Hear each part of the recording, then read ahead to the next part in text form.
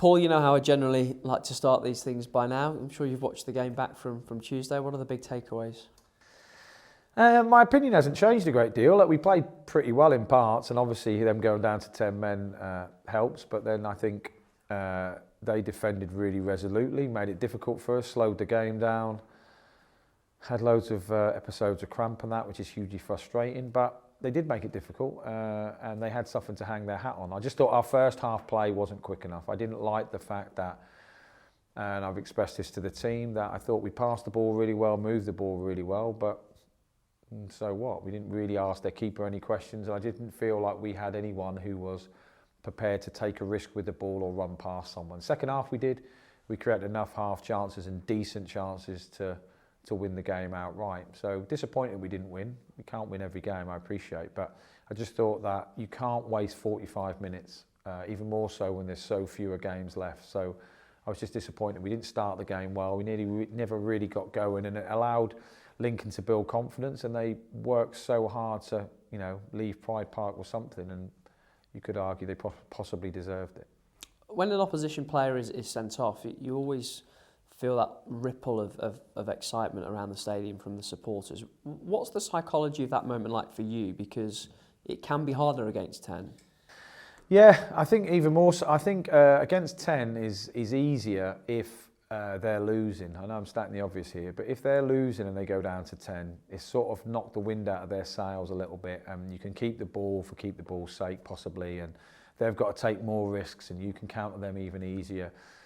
However, if they've got something to hang their hat on, which they did have, it just makes them 10 even more vigilant, really, work even harder. I showed the lads a couple of clips today, a couple of the players where a ball went in and their centre half literally sprinted the length of the pitch to get back in and defend a header. It was very impressive, in fairness to them. So I just think if they've got a lead to hang on to and they go down to 10 men, it's a different psychology. I've played in a game where we've gone down to 10 men on numerous occasions.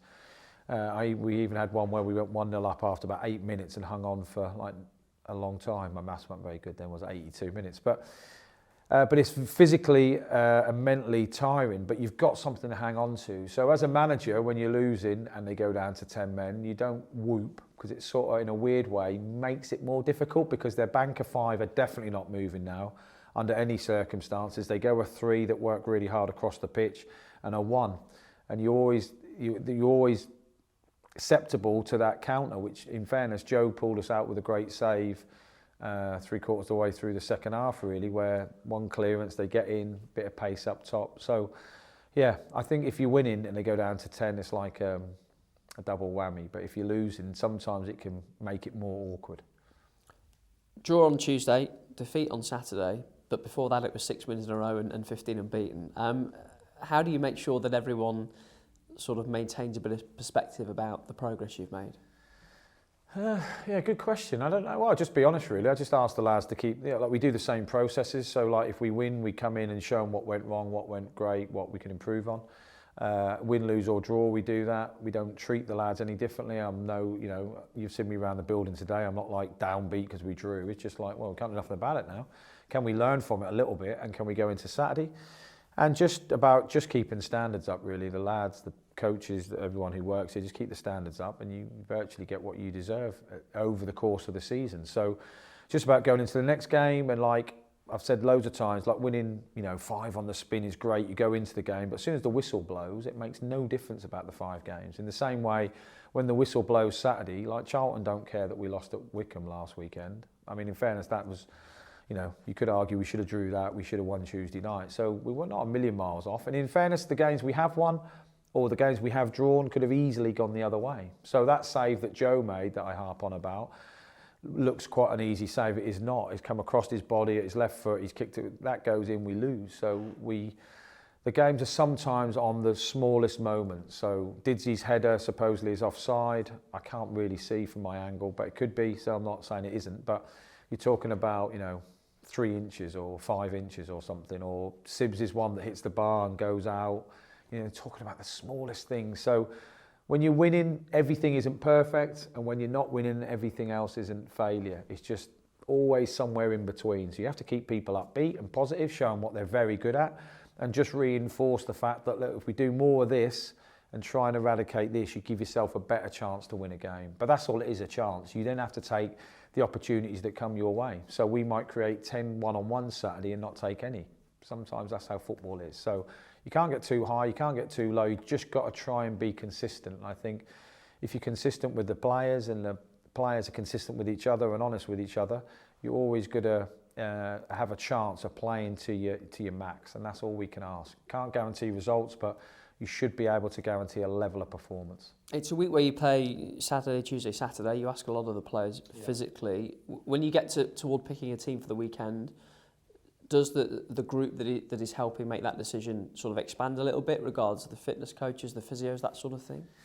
Yeah, I do take counsel with a lot, to be fair. Like I don't normally like to undertrain through the week. But today, most of the starters who played the other night done very little. We literally had to force them back into the building against some of their will. But I just feel like they looked tired. I was, a couple of the players weren't well Tuesday night. I just had this feeling that they all looked a little bit under it.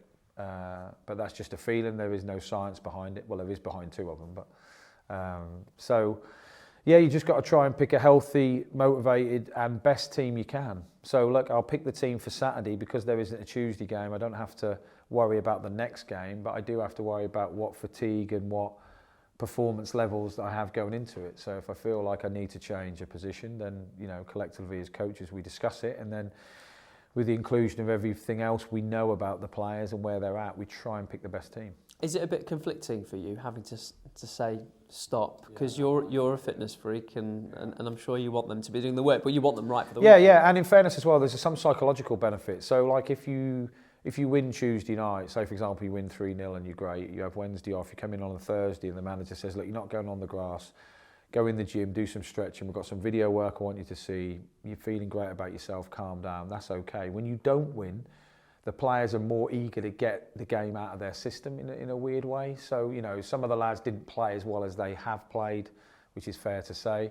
And they're the ones who want to be on the grass, just kicking more balls to get it out of their system. But I have to be aware of the fact I want them to go home today starving, hungry, that they want to come in tomorrow like keen as mustard to impress, to be sharp as anything. And then hopefully we get a better level of performance come Saturday. So it is a bit of a juxtaposition for me. I understand why they want to go on the grass, and sometimes there's a sick part of me that enjoys it that they can't. What do you expect from Charlton at the weekend? Well, my very good friend is manager there, and they have had some really good results over recent weeks. They've picked up,